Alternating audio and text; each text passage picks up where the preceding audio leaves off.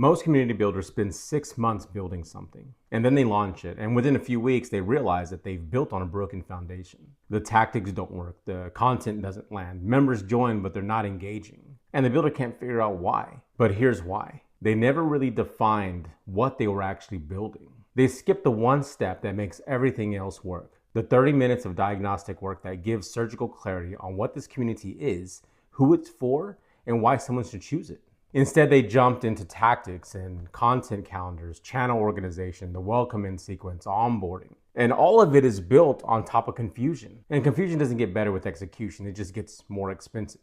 And here's what's interesting. The builders who take that 30 minutes to get this clarity built right, they start building faster, with more confidence, with better results than builders who spend months trying to figure it out as they go. Now in this video, I'm gonna walk you through the exact framework, 3 steps, 30 minutes total, and at the end, builders will have more clarity on what their community identity is, which means that everything else you build after this should work better. But before we get into that, I wanna explain why this matters. Every tactic a builder deploys sits on top of the community identity. The content they create, the channels they design, the way they communicate value, the members they attract, all of it flows from identity. And when that identity is unclear, everything just falls apart or gets more chaotic. So here's what happens without clarity. Builders create content that doesn't land because they're guessing at what matters. They struggle to explain what makes their community different because they never defined it. They attract members who join but don't fit because their positioning was vague. And they constantly second guess their decisions because there's no foundation to build on. So the symptom looks like low engagement, high churn, or slow growth. But the root cause is always the same thing. They never answered 3 basic questions. What is this? That's identity. What does it do? That's the outcome. And how does it work? That's the behavior. Without answers to those questions, builders are just throwing tactic at the wall, hoping that something's gonna stick. But with the answers, they get a blueprint. So let's build that blueprint. The framework has 3 steps, 10 minutes each, 30 minutes total.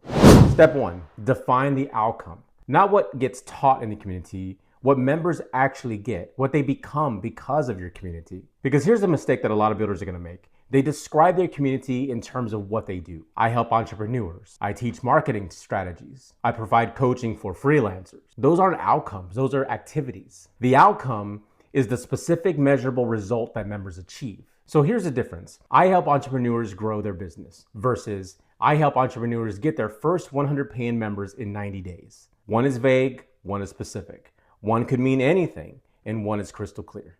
The outcome needs to be specific, measurable, and time-bound. If a builder can't finish this sentence, they don't have clarity yet. When members succeed here, the specific result they achieve is what? What is that? Fill in that blank. That blank needs to be filled with something concrete. Not they grow or they improve, not they succeed. A real outcome, something someone can point at and say, yeah, I got that. Now here's the critical part.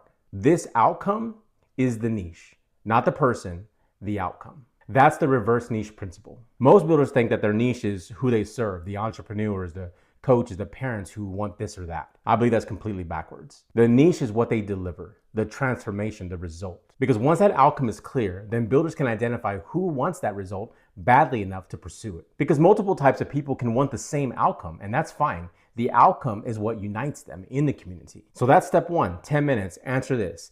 What specific measurable outcome does this community deliver? Write it down, 1 sentence, make it clear and concrete. That's the foundation that everything else is going to be built on. So here's step 2, define the position. This is who the community is in relation to that outcome. Not the founder's personal brand, but the community's positioning. What makes this approach to that outcome different from all the other options? And here's what that looks like. Let's say the outcome is get your first 100 paying members in 90 days. That's what the community delivers. Now, the identity question is, what's unique about how this community gets members there? Most builders in this space teach tactics first, growth hacks, engagement strategies, content systems. So the identity could be the only community teaching diagnostic clarity before tactics. That's positioning. This isn't just delivering the outcome. It's delivering it in a way nobody else does. And here's the framework for this. 3 positioning questions. Number 1, what method or approach does this community use that's different? Number 2, what does this community believe that others in the space don't? And number 3, what does this community do first that others do last or skip entirely? Those answers reveal the identity. So let me give you another example. Here's an outcome. Build $10,000 per month in passive income from real estate. Here's the positioning questions. What's the method? Family first framework that prioritizes time freedom over maximum returns. What's the belief? That wealth without time is just a different kind of broke. What comes first? Designing the lifestyle, then finding the deals that fit it, not the other way around. So here's the identity. The only real estate community where busy parents build wealth without sacrificing weekends. The outcome defines what gets delivered. The identity defines what makes it unique. And when both are clear, builders can write their positioning statements like this. We are the only community type that unique approach to help whoever that is achieve whatever that outcome is. If that sequence sounds generic, the identity isn't defined yet. It needs to be specific enough that someone can't confuse it with anything else. So that's step 2, 10 minutes, define the positioning. What makes this community's approach to the outcome different from every other option? So here's step 3, define the required behaviors. This is what members need to do in order to achieve the outcome. Not consume, not engage, but specific actions. These become the blueprint for how the community gets designed. And here's why this matters. Communities don't create transformation by delivering information. They create transformation by facilitating behaviors, because the behaviors are what produce the outcome. So if a builder isn't crystal clear on what those behaviors are, they can't design an environment that makes them happen. So let's use the same example, the outcome. First 100 paying members in 90 days. So what behaviors lead to that outcome? Not be more consistent or engage more. Those are way too vague. Specific behaviors. For example, 1, complete a diagnostic audit of the current community to identify what's actually broken. 2, define the niche as an outcome using the reverse niche framework. 3, map the member journey from join to transformation.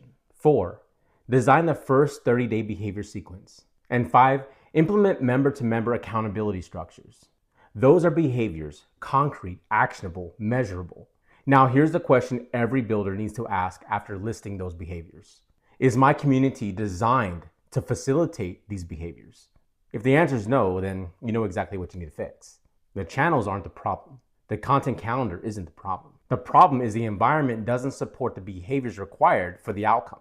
So that's step 3, 10 minutes. List 3 to 5 required behaviors. Then ask this: does the current design make those behaviors easy or difficult? And when you find that answer, you'll see what needs to be adjusted or changed. All right, so here's what 30 minutes of this work gets a builder. 3 things written down crystal clear. The first thing, a specific outcome this community delivers. The second thing, a unique positioning that makes it different. And the third thing, the required behaviors that produce that outcome.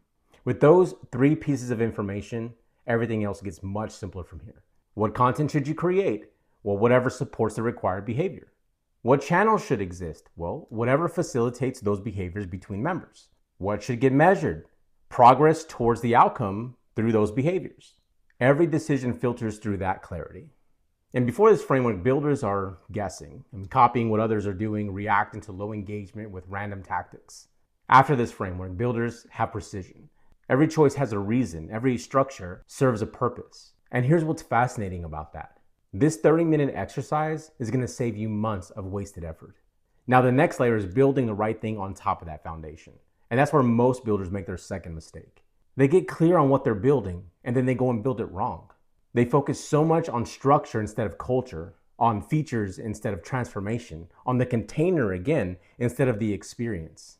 Now, I created this 6 pillars that can turn clarity into actual community. Strategic clarity plus environment design equals communities that work. Now, I'm going to break down those 6 pillars in another video, what they are, why they matter, and how they work together. I'll see you in the next one.